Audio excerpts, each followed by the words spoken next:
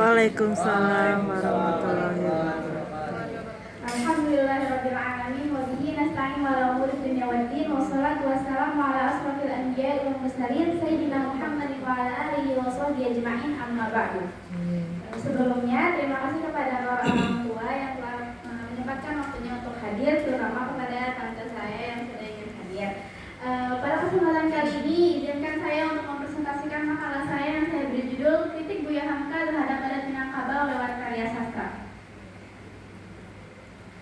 Saya akan membaginya menjadi 4 bagian. Yang pertama adalah pendahuluan, kemudian siapa itu Buya Hamka, lalu memasuki pembahasan inti yakni kritik Buya Hamka dalam novel yang saya bagi menjadi 2 yakni Tenggelamnya Kapal Vanderwyk dan Merangkap Medali. Kemudian yang terakhir adalah kesimpulan. Pada saat ini novel menjadi suatu hal yang cukup diminati oleh masyarakat, namun sayangnya beberapa di antaranya hanya diisi oleh kesia-siaan atau bahkan kemudaratan. Padahal novel itu sendiri dapat menjadi salah satu sarana dalam berdakwah, sebab memang pada dasarnya novel memiliki kemampuan untuk mempengaruhi cara berpikir serta cara berperilaku pembacanya. Salah satu tokoh yang sudah menggunakan novel sebagai sarana dalam berdakwah adalah Hamka. Maka dari itu perlu diketahui terlebih dahulu siapa itu Buya Hamka.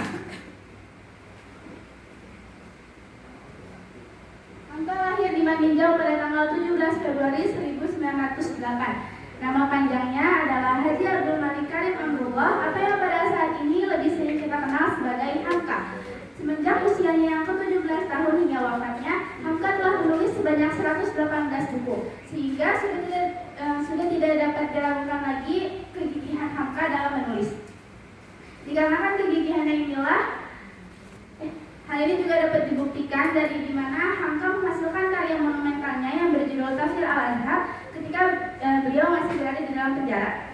Hingga dikarenakan kegigihannya inilah, dalam dunia sastra, Hamka dianggap sebagai tokoh yang inspiratif. Hingga akhirnya, Hamka wafat pada tanggal 28 Juli 1981. Ini adalah beberapa di antara novelnya Hamka. Nah, di dalam novelnya inilah Hamka meneliti tentang banyak hal.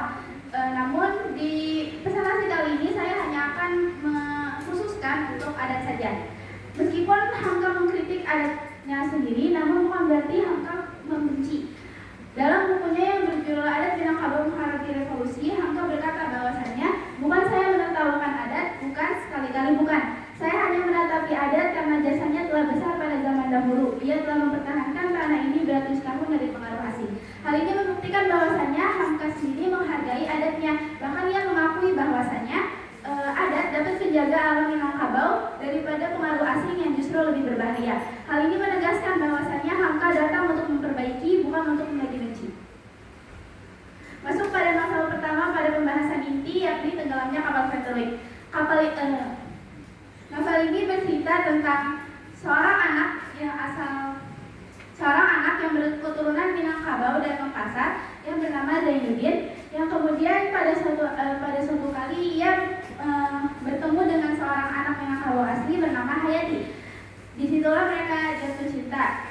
Namun pada akhirnya dikarenakan beberapa ketentuan adat, mereka tidak dapat bisa bersama. Dari novel ini ada 2 poin yang dapat kita ambil. Yang pertama adalah suku diambil dari ibu. Hal ini dapat terlihat ketika Zainuddin datang ke kampung halamannya yakni di Padang Panjang. Namun di sana ia tidak dianggap sebagai keluarga, melainkan hanya sebagai tamu dari Makassar. Padahal ayahnya sendiri adalah orang dari sana. Hal ini menunjukkan bahwasannya adat Minangkabau mengambil garis keturunan dari ibu. Padahal dalam Quran surat Al-Ahzab ayat 5 menunjukkan bahwa nasab seharusnya diambil dari garis ayah. Dikarenakan adat Minangkabau mengambil garis keturunan dari ibu, sehingga pengurusan anak berada di tangan mamanya, atau bisa kita bilang di sini sebagai pamannya. Nah, namun terdapat perbedaan kuasa di antara zaman dahulu dan saat ini. Yakni ketika dahulu tuh seorang mama benar-benar mengurus full si keponakannya atau keponakannya. Namun lambat laun para mama mulai sadar akan pentingnya untuk menjaga anak mereka sendiri, sehingga lama-kelamaan kepengurusan itu pun dibagi. Jadi si mamanya ini ngurus anaknya sendiri, juga memiliki kewajiban untuk memastikan kesejahteraan kemenakannya atau ponakannya. Namun apabila terus terjadi, ditakutkan si mama akan berlaku tidak adil baik terhadap anaknya sendiri ataupun kemenakannya. Seperti yang diceritakan dalam novel ini, bahwa ada mama dari Pandai Kasutan. Pandai Kasutan itu ayahnya Zainuddin. Nah, mamanya ini dia tuh malah mempergunakan secara semena-mena hartanya Pandai Kasutan, padahal Pandai Kasutan sendiri butuh terhadap harta tersebut. Kemudian yang kedua adalah pembatasan makna kemuliaan. Hal ini dapat terlihat dari di mana keluarga Hayati menolak pinangan dari Zainuddin karena mereka menganggap ia tidak memiliki asal-usul atau tidak beradat dan tidak memiliki harta yang banyak. Hal ini menunjukkan akan adanya pembatasan makna kemuliaan yang hanya berpatokan kepada asal-usul atau beradat dan harta saja, sehingga muncullah fenomena orang yang asalkan dia beradat dan memiliki harta, dia akan dianggap sebagai orang yang mulia. Sedangkan apabila ada seseorang yang tidak memiliki keduanya, akan dianggap sebagai orang yang hina.